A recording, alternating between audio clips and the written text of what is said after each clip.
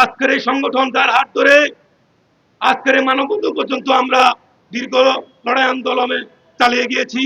আমাদের সকলের প্রিয় ব্যক্তিত্ব, আমাদের এই সহযোদ্ধা, ঢাকা মেডিকেলে কর্মরত জনাব SM শিশির ভাই, গুরুত্বপূর্ণ বক্তব্য রাখার জন্য আহ্বান জানাচ্ছি।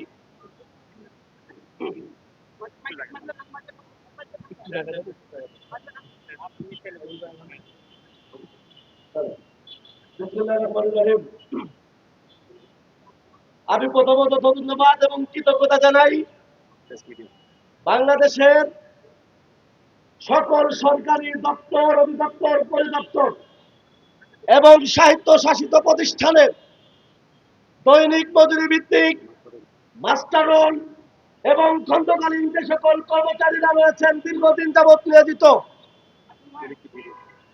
আপনারা জানেন দীর্ঘ 17 বছর এই সাধারণ নির্যাতিত নিপীড়িত কর্মচারীরা নির্যাতনের শিকার হওয়ার পর, ছাত্র জনতার গণ অভ্যুত্থানের পর 24-এর বাংলাদেশের স্বপ্ন দেখেছিল। নীতিনিষ্ঠার সাথে কাজ করার পর তারা তাদের প্রাপ্য সম্মান, ন্যায্য মজুরির ইনসাফের সাথে তারা প্রাপ্য সম্মান ফিরে পাবে। আমরা কি দেখলাম? অন্তর্বর্তীকালীন সরকারের কাছে আমাদের যে আশা এবং প্রত্যাশা ছিল, কিন্তু সকল আশা প্রত্যাশায় বিষ ঢেলে দিয়ে আমাদের মাস্টারওয়ালার কর্মচারীদেরকে, দৈনিক মজুরি ভিত্তিক কাজনায় মজুরি নাই কর্মচারীদেরকে একটি রাতারাতির নীতিমালা করে দৈনিক সাময়িক শ্রমিক করে দিয়েছেন।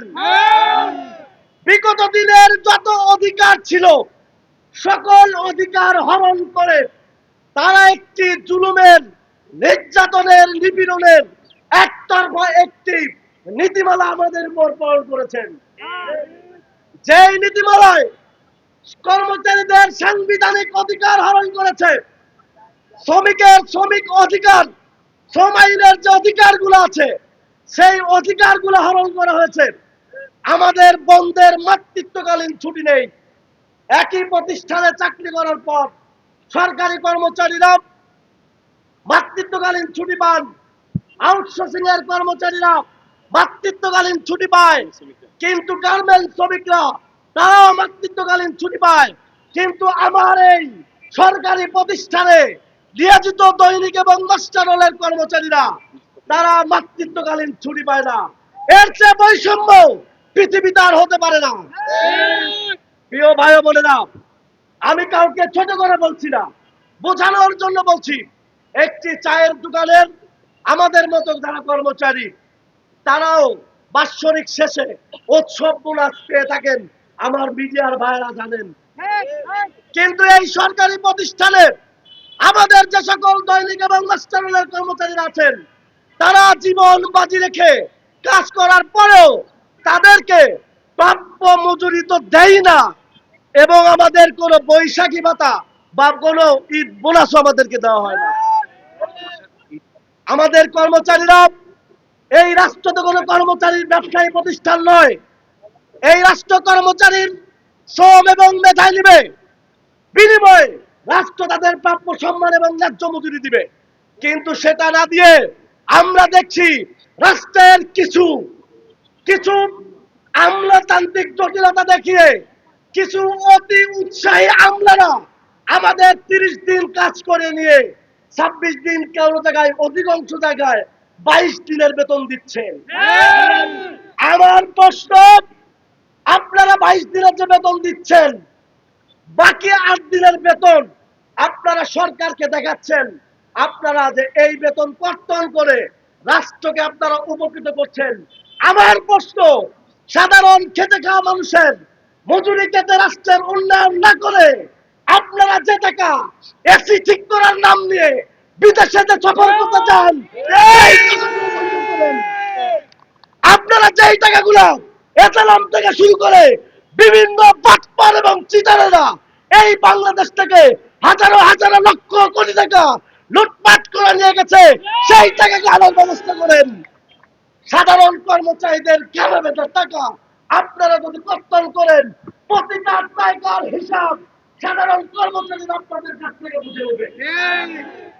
আমরা পর্যায়ক্রমে রাষ্ট্রের গঠনতন্ত্র অনুযায়ী আমরা আন্দোলন করে যাচ্ছি। প্রতিটা দপ্তরে, প্রতিটা জায়গাতে আমরা সাংবাদিক সম্মেলনে, আমরা মানববন্ধনের মাধ্যমে, স্মারকলিপির মাধ্যমে যতগুলো পন্থা আছে আমরা সেই সকল রাষ্ট্র পন্থায় আমরা আগাচ্ছি। কিন্তু আপনারা বরাবর আমাদের সাথে দফায় দফায়, বিশেষ করে আপনারা, আমি মিডিয়ার ভাইদেরকে বলতে চাই, আপনারা দেখেছেন আমার মাঝে মাঝে মনে হয় এই রাষ্ট্রটা মনে হয় তারেক জিয়ার নয়, এই রাষ্ট্রটা মনে হয় গণতান্ত্রিক নয়, এই রাষ্ট্রটা মনে হয় তারেক জিয়া না চালিয়ে এই রাষ্ট্রটা হীরক রাজা চালাচ্ছে। হীরক রাজার দেশ শুনছেন না আপনারা? এই মনে হচ্ছে এই রাষ্ট্রটা হীরক রাজার দেশ। রাতারাতি দৈনিক মাস্টারের কর্মচারীদের সাময়িক শ্রমিক করে নিচ্ছেন। আমাদেরকে বলতে হবে আপনারা আগামীতে আবার আমাদের আউটসোর্সিং করার যে পায়তারা করেছেন, এরপরে কোনটা করবেন? আমাদের প্রশ্ন, মাস্টারল থেকে সাময়িক শ্রমিক করেছেন, সাময়িক শ্রমিক করার পর আবার আউটসোর্সিং করার পায়তারা করছেন, আউটসোর্সিং এর পরে কোনটা করবেন? প্রিয় সংগ্রামী ভাই বোনেরা, আমাদের সহকর্মীদের স্পষ্ট বার্তা, আমরা কেউ বাপের পরিচয়